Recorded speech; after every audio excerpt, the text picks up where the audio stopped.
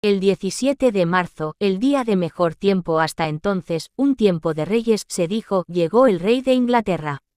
Había conducido más de 100 kilómetros hasta Pau desde sus tradicionales cuarteles de verano en Biarritz, acompañado por una considerable comitiva real, una ristra de brillantes automóviles negros. Eduardo VII, que entonces tenía 68 años, parecía una figura afable. Rechoncho y de barba blanca, parecía disfrutar de la vida. Su forma de vestir, sombreros de fieltro, trajes de tuid, la costumbre de no abotonarse nunca el botón superior del chaleco, su amor por los automóviles veloces y su indisimulado gusto por las mujeres bellas, le habían convertido en una especie de símbolo de los años que siguieron a 1900, la era eduardiana. Primogénito de la reina Victoria, era la personificación de la ruptura con la era victoriana. No desentonaban con todo esto su gran interés por la aviación ni haberse personado allí para ver con sus propios ojos la maravilla de Wilbur Wright. El público reunido en el aeródromo era grande, la emoción también. Catharine fue presentada al rey. Este, no pasó inadvertido, llevaba un manojo de tréboles en el ojal en honor al día de San Patricio. Primero le llevaron a ver el flyer en el interior de la caseta. Wilbur se disculpó por el aspecto raído del avión, pero le enorgulleció señalar el reluciente flyer en construcción justo a su lado que, le explicó, usaría en Roma. Mientras él emplazaba su avión en el campo y realizaba su última inspección, Orville explicaba al rey los mecanismos. Luego Wilbur despegó, voló a la perfección y tras unos 7 minutos hizo un aterrizaje perfecto en el punto donde había despegado. El rey lo observó todo conteniendo la respiración como él mismo dijo. Igual que había hecho para el rey Alfonso, Wilbur ofreció volver a volar pero con un pasajero y, una vez más, Catharine fue con él. Para entonces, había volado más tiempo y más recorrido que ninguna mujer estadounidense. Aquel mismo día, para gran orgullo de los 3 hermanos Wright, y para todos los franceses del multitudinario público, el conde de Lambert hizo un vuelo en solitario. El clamor y asombro que suscitaban los logros de los Wright, demostrados una y otra vez en Le Mans y Pau, no se limitaban de ninguna manera a Europa. En casa, en los Estados Unidos, los periódicos y revistas de una punta a otra del país continuamente se hacían eco de las noticias. Tampoco pasó desapercibido el potencial de un ingenio tan milagroso. En un largo artículo del Times Herald de Waco, Texas, sobre los monarcas del aire James A. Edgerton escribió: la mayoría podemos recordar cuando el automóvil era una novedad. El que escribe tiene menos de 40 años, pero recuerda los tiempos en que se usó el primer carro sin caballos y solo fue hace 2 decenios. La máquina era una desastrada mole con grandes ruedas, dirección inestable y estrepitoso motor a vapor. Fue tal fracaso que pasaron varios años antes de que otro cruzara mi campo de visión. Ahora abundan tanto como los millonarios. Si el automóvil pudo perfeccionarse tanto en tan poco tiempo, ¿quién puede predecir lo que ocurrirá en el campo de la navegación aérea ahora que sus principios se han descubierto realmente y se presenta ante el mundo? No es posible que revolucione toda la actividad humana tan radicalmente como el descubrimiento de la aplicación del vapor. En este formidable cambio que está ocurriendo ante nuestros ojos, los hermanos Wright son los principales magos, ellos son los líderes y los pioneros. El Aeroclub de los Estados Unidos había anunciado que, cuando los hermanos regresaran, les entregaría su medalla de oro. También el Congreso había aprobado por votación otorgarles una medalla que recibirían de manos del presidente William Howard Taft, y Dayton estaba haciendo los preparativos para la mayor celebración de su historia. Aparte de toda la atención que se prestaba a los Wright, al mismo tiempo cada vez se sabía más también de todo lo que ocurría en la aviación francesa. 6 meses atrás, los constructores de aeroplanos en París y sus proximidades no llegaban a la media docena. El 25 de abril el New York Times publicó que al menos 15 fábricas estaban ahora en plena producción. Si los Wright acaparaban los focos del escenario en el espectáculo de los inventos revolucionarios, en Francia se multiplicaba el reparto sobre las tablas. Montones de inventores están construyendo máquinas, continuaba el artículo del Times. Hay un aeródromo donde se forman pilotos. En los últimos 6 meses se han fundado 3 nuevas publicaciones dedicadas a la aviación. Hay 3 sociedades en Francia para el fomento de la aviación, y este año se repartirán más de $300.000 en premio. El mayor evento competitivo, un encuentro internacional de vuelo, se programó para el verano en la ciudad de Reims, en la tierra del champán al noreste de París. Concluidas sus demostraciones en Pau, Wilbur pasó los últimos días allí empacando el nuevo flyer para enviarlo a Roma desmontado. El flyer que había usado en Le Mans y Pau acabaría en un museo de París, y supervisando las últimas fases de formación de sus alumnos franceses hasta que los 3 pudieron volar solos. Orbille y Catharine ya habían retornado a París, y el 23 de marzo, también Wilbur salió de Pau hacia la capital. Unos días después los 3 Wright fueron a Le Mans, donde les ofrecieron un cálido banquete de despedida. A los 3 días, Wilbur y Hartberg viajaban en tren de París a Roma, donde Orbille y Catharine se reunirían con ellos una semana después. En París, para deleite de Catharine, la vida social prosiguió a toda marcha. Como informó a su padre, era la única mujer a la que el Aeroclub de Francia había invitado jamás a una cena. Si me hubieras visto, escribió llena de alegría, yo, sentada allí arriba como un hombre, a la vista de todos. Y hablando un francés tan expresivo como cualquiera. Fue un auténtico espectáculo, te lo aseguro. Lo mejor de todo, también contó al obispo, era que habían brindado por él, bebieron champán en tu honor. Catharine y Orbille salieron para Roma el 9 de abril y llegaron la tarde siguiente a aquella ciudad invadida por los turistas, incluidos unos 30.000 estadounidenses.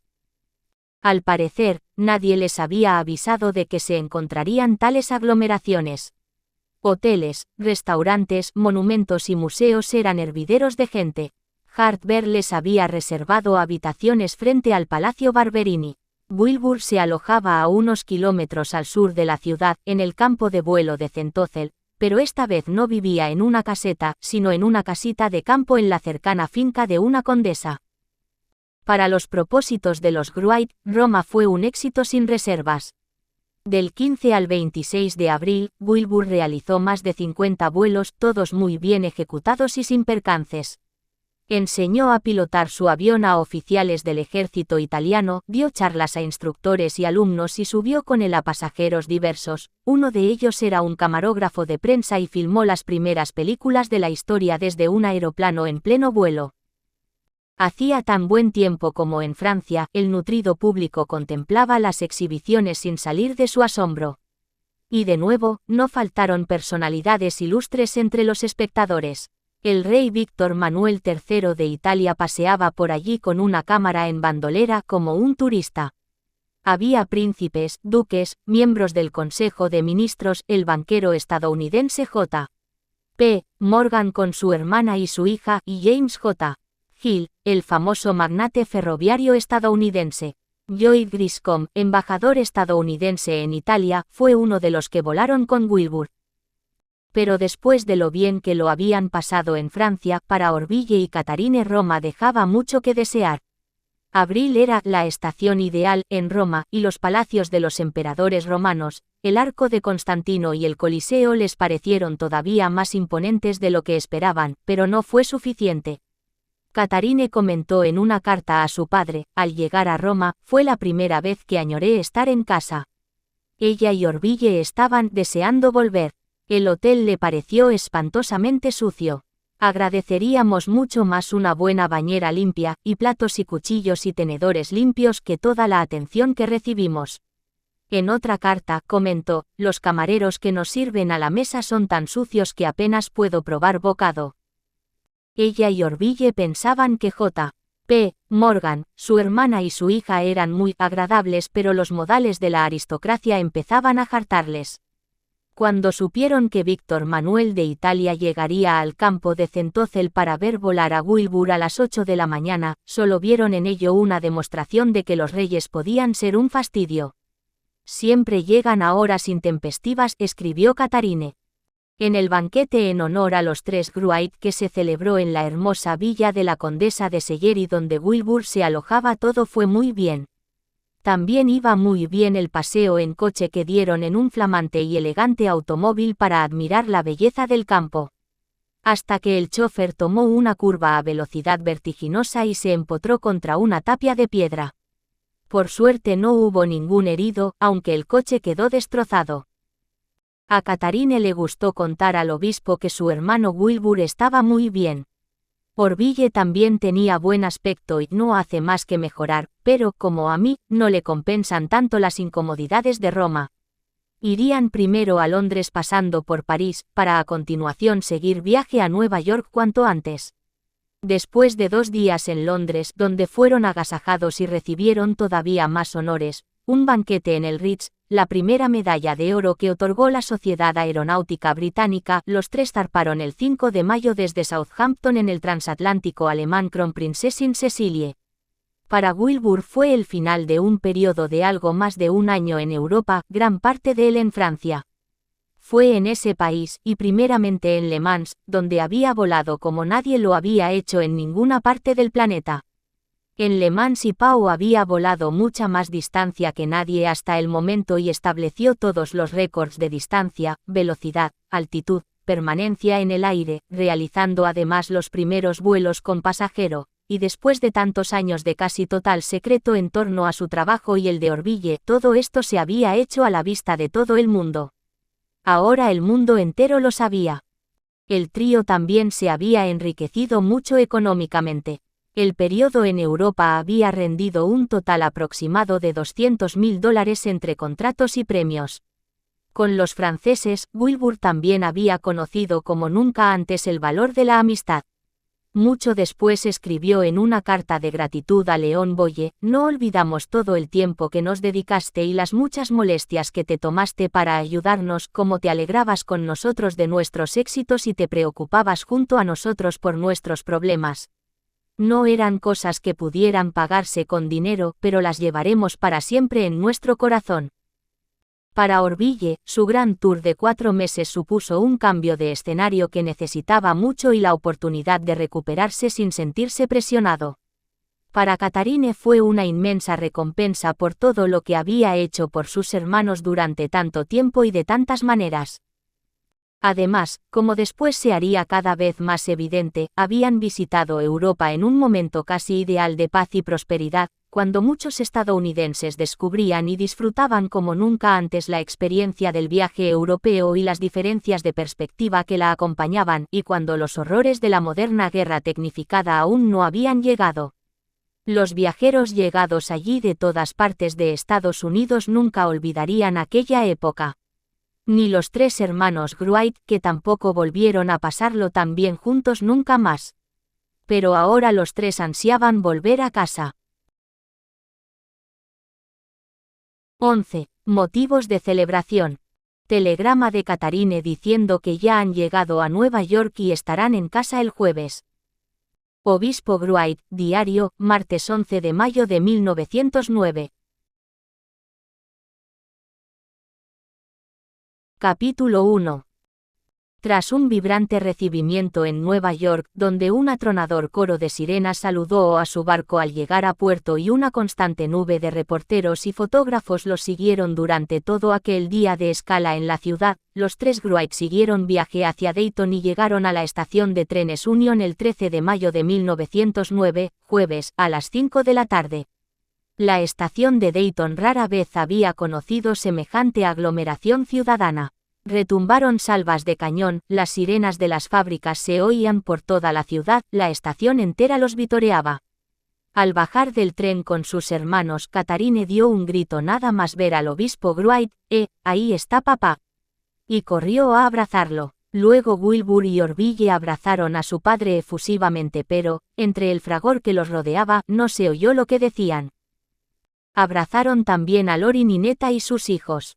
Luego, abriéndose paso lentamente entre la muchedumbre, Wilbur y Orville empezaron a estrechar manos. Al ver a Tom Mitchell, un corpulento y veterano policía de Dayton, Wilbur le saludó: «Hola, Tom». «Buen chico», respondió Tom dándole la mano.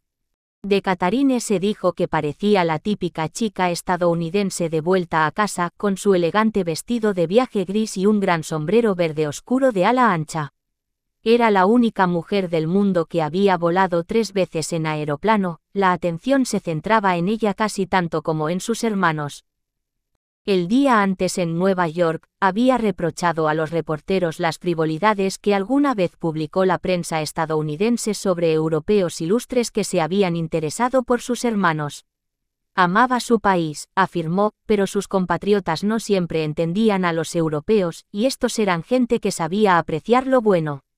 No podía dejar que los criticaran y quedarse callada. Pero ese día en Dayton, entre el clamor y el gentío, no era momento para comentarios. Wilbur parecía bronceado y fuerte, y también Orville tenía buen aspecto, sin duda mucho mejor que al dejar Dayton en enero, aunque aún cojeaba. En medio de todo aquello, el obispo Gruite, tal como señaló la prensa, apenas dijo una palabra, pero no tenía ojos más que para los hijos que habían dado al apellido Gruite fama mundial como a la ciudad de Dayton. 11 carruajes esperaban en la puerta de la estación para llevar a la familia y al grupo de ediles a Hawthorne Street, los 3 reservados para la familia Gruite tirados cada uno por 4 caballos blancos. El obispo y Orville subieron al primero, Wilbur y Reuchlain iban en el segundo, Catharine, Lorin y la familia de Lorin en el tercero. La gente llenó las calles durante todo el día. Las aceras estaban atestadas. En todas las ventanas había gente asomada, los niños ondeaban pequeñas banderas. Hawthorne Street y la casa de los Gruite estaban engalanadas con banderas, flores y farolillos de papel. Desde la baranda del porche delantero, cuando al fin llegó, Catharine exclamó ante los vecinos de la calle: «Estoy tan feliz por haber llegado a casa que no sé qué hacer». Ella y sus hermanos se quedaron un buen rato en el porche saludando a amigos y vecinos en incesante procesión. El gentío llegó a sumar más de 10.000 personas. Al día siguiente, el alcalde Edward Burghardt y varios ediles visitaron el N-7 de Hawthorne Street para consultar con la familia cómo iba a ser la inminente celebración de verdad. Hablando con un reportero local poco después, Orville dijo con naturalidad que aunque sus médicos le habían prohibido volar en Europa y les había obedecido al pie de la letra, pronto reanudaría sus vuelos en Fourmier. De lo que no habló fue de la inquietud de Wilbur y Catharine, temían que volver a la escena del accidente supusiera demasiada presión para él, y querían que esperara a coger práctica. Pero Orville lo tenía decidido, iba a ser en Fourmier, y él ya estaba preparado. El taller de los Gruite en la calle West 3rd Street volvió a ser el hormiguero de actividad de antes con Charlie Taylor a cargo. Lo más importante que tenemos ahora por delante es prepararnos para las pruebas en Fourmier, dijo Wilbur a los reporteros, y él y Orville personalmente estaban construyendo el avión que iban a pilotar allí. Su antigua máquina había quedado tan destrozada en el accidente que, salvo el motor y la transmisión, tendrían que rehacerla entera. El 20 de mayo se anunció que el presidente Taft pronto entregaría medallas a los hermanos en la Casa Blanca. Catharine les acompañaría a Washington para asistir a la ceremonia, por supuesto. El obispo Gruite, en cambio, no podría ir, los asuntos de iglesia le reclamaban en Indiana. Como no querían llamar la atención, Catharine y sus hermanos salieron discretamente de Dayton antes de lo esperado y solo los vieron los ferroviarios de la estación. Se quedarían en Washington únicamente un día, el 10 de junio, fecha en que el Cosmos Club dio un banquete en su honor. Para que Catharine pudiera asistir, se saltaron la norma tradicional de no admitir más que a hombres. Entre los washingtonianos célebres destacó la presencia de Alexander Graham Bell. Poco después de comer, todo el grupo se acercó dando un paseo hasta la Casa Blanca, donde casi 1000 hombres y mujeres presenciaron en la sala este la entrega oficial de 2 medallas de oro de manos del presidente Taft en nombre del Aeroclub de los Estados Unidos. El presidente, con sus 1,90 metros de altura y sus 136 kilos, parecía enorme al lado de los hermanos. Las palabras que dedicó a sus 2 paisanos de Ohio, claras y concisas, fueron dichas con inconfundible cariño. Es para mí un gran honor y un verdadero acontecimiento entregaros estas medallas en reconocimiento a vuestra obra. Me complace mucho poder demostrar, tal vez con cierto retraso, que el dicho de «nadie es profeta en su tierra» no es cierto en los Estados Unidos. Por eso me es tan grato subrayar el gran paso adelante que se ha dado en la esfera de la invención humana condecorando a investigadores que muestran tanta modestia. A los estadounidenses nos gusta pensar que la senda que os llevó a vuestra creación es la que distingue inequívocamente a este país, trabajar duro hasta conseguir la meta. Aquella noche, los tres Wright subieron de nuevo al tren para volver a Dayton. La prioridad ahora era llevar a cabo pruebas minuciosas de las nuevas hélices. Pero mientras, les gustara o no, había que encarar la celebración de verdad, la gran bienvenida a Dayton. Grandiosos fue el adjetivo que se aplicó a los preparativos. Toda la historia de los Estados Unidos y de Dayton, desde sus albores, iba a estar representada con rigor histórico en un desfile de enormes carrozas construidas en la fábrica de la National Cash Register. Los indios y sus canoas, la era de las carretas de Conestoga 13, el canal de Erie 14, el primer ferrocarril. El barco de vapor de Robert Fulton, el velocípedo y la bicicleta y el último automóvil precederían al primer globo y al primer dirigible estadounidenses, y el broche final de todo sería una carroza llamada El mundo entero rinde homenaje a los Estados Unidos, a los hermanos Wright y al aeroplano que desfilaría exhibiendo una réplica artesanal de la mitad del tamaño real de un Wright Flyer. 15 carrozas y 560 personas vestidas de época con rigor histórico, formarían lo que, según la prensa, iba a ser el mayor desfile jamás visto en la ciudad de Dayton. En Main Street se estaba creando una corte de honor que iba de Third Street al río, blancas columnas adornadas con guirnaldas de luces de colores flanqueando la calle. Por doquier se ve la enseña tricolor, por doquier ondean banderines, banderas y pancartas, decían los periódicos. Soldados del ejército de tierra y la marina, y el cuerpo de bomberos, desfilarían al ritmo de la música de las bandas. Unos 2.500 colegiales vestidos de rojo, blanco y azul formarían una bandera viviente en las gradas del recinto ferial y cantarían el himno de Star Spangled Banner. Desde que Wilbur y Orville Wright habían empezado a trabajar en su invento casi 10 años atrás, este iba a ser el primer reconocimiento oficial que rendía su ciudad natal a su esfuerzo y su éxito, para que no cupiera ninguna duda de la alegría de todos. La fanfarria prevista no despertaba precisamente entusiasmo en los hermanos, no obstante, si Dayton tenía a bien dedicarles un festejo, si Dayton lo veía importante, no era cuestión de quejarse ni de mostrarse incómodos o descontentos. Octave Chanute escribió a Wilbur para decirle que, conociendo la modestia de ambos, seguramente tales honores les parecieran agobiantes pero que los merecían por su coraje y su ingenio, palabras bien intencionadas, aunque los hermanos no necesitaban que les recordaran nada de esto. La víspera de la celebración, el editorial del Dayton Daily News expresó el sentir de muchos. Esta celebración es un suceso formidable y llega en el momento oportuno. El viejo mundo parecía cansado, necesitaba ayuda para ponerse en movimiento. Muchos pensaban que las oportunidades de antaño para alcanzar la grandeza habían desaparecido. Demasiada gente empezaba a creer resueltos todos los problemas del mundo.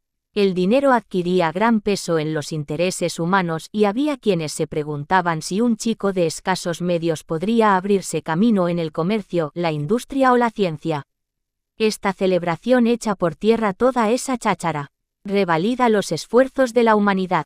Desintegra para otros 100 años la presunción de haber desvelado todos los secretos de la naturaleza, la creencia de que se han cerrado las vías a la esperanza para conquistar nuevos mundos. Subraya que el joven ambicioso no trabaja en vano, que el genio no conoce clase ni condición. Se habla mucho de la modestia de los hermanos Wright. Pero su tesón y su vida dedicada al trabajo es sobre todas las cosas una parábola que nunca se predicará en demasía.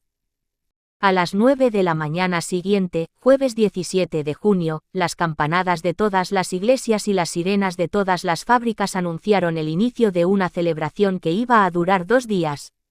Miles de personas inundaron Dayton. Se suspendió toda la actividad en la ciudad, salvo la venta de helados, banderas y dirigibles de juguete y postales de los hermanos Wright. La leve lluvia de la primera parte del día no pareció importar gran cosa a nadie. Y los festejos estuvieron a la altura de lo esperado con un espectáculo tras otro. Hubo desfiles de bandas de música, conciertos, entrega de medallas y de las llaves de la ciudad. Una fila de 80 automóviles, todos ellos lo último en turismos, cruzó el puente de Main Street en dirección a la Corte de Honor. Las carrozas históricas, en una procesión de 3 kilómetros, fueron el mayor desfile callejero jamás visto en Dayton. Se pronunciaron muchos discursos elogiosos y Wilbur, Orville, Catharine y el obispo Gruite estuvieron siempre presentes en tarimas y gradas. El segundo día, el obispo pronunció una invocación breve pero elocuente rindiendo tributo a sus hijos. Hoy nos hemos reunido aquí para celebrar un invento, el sueño de todas las épocas considerado imposible hasta la fecha. Ha irrumpido de pronto en el panorama de la humanidad que, surcando el cielo como las aves, podemos elevarnos hasta alturas inmensas y salvar inconmensurables distancias. Y nos dirigimos a ti, nuestro Padre, en esta ocasión, para pedirte paz y descanso, bendice el corazón de todos los presentes. Aunque muy pocos lo notaran y por increíble que parezca, a lo largo de los 2 días Wilbur y Orville consiguieron ir y venir, escabullirse hábilmente y desaparecer en su taller de West Third Street, uno de los pocos edificios de la ciudad que no se adornaron y donde no se paralizó el trabajo. Un corresponsal del New York Times los siguió de cerca y aportó una memorable cronología de sus movimientos durante el primer día. 9,00 h. Salieron del taller donde trabajan en su aeroplano y se asomaron a la calle en mangas de camisa para oír todas las sirenas y campanas de la ciudad atronando y repicando durante 10 minutos. 9,10 h. Volvieron al trabajo. 10,00 h. Los llevaron en un desfile a la ceremonia de apertura de la fiesta de bienvenida a casa. 11 de la mañana. Volvieron al trabajo. Mediodía. Comida familiar con su padre el obispo Milton Gruite, su hermana la señorita Catharine Gruite y sus hermanos Reuchlain Gruite de Tonganoxie, Kansas y Lorin Gruite. 14,30 h. Presenciaron un desfile en su honor por las calles del centro. 16,00 h. Trabajaron 2 horas empacando distintas partes del aeroplano para su envío a Washington. 20,00 h. Asistieron a una recepción pública y estrecharon la mano a todos los ciudadanos de Dayton que consiguieron acercárseles. 21,00 h. Vieron el espectáculo pirotécnico a orillas del río, donde se instalaron retratos suyos de 25 metros de altura junto a una bandera de los Estados Unidos. La prensa calculó que durante los fuegos artificiales, Wilbur y Orville dieron la mano a más de 5.000 personas. El Daily News comentó que solo dejaron de estrechar manos por instinto de conservación. Menos de 48 horas después, cuando los festejos tocaban a su fin, los hermanos subieron al tren de Washington camino de reanudar sus pruebas en Fourmier, a donde ya habían enviado el avión. Charlie Taylor los esperaba allí.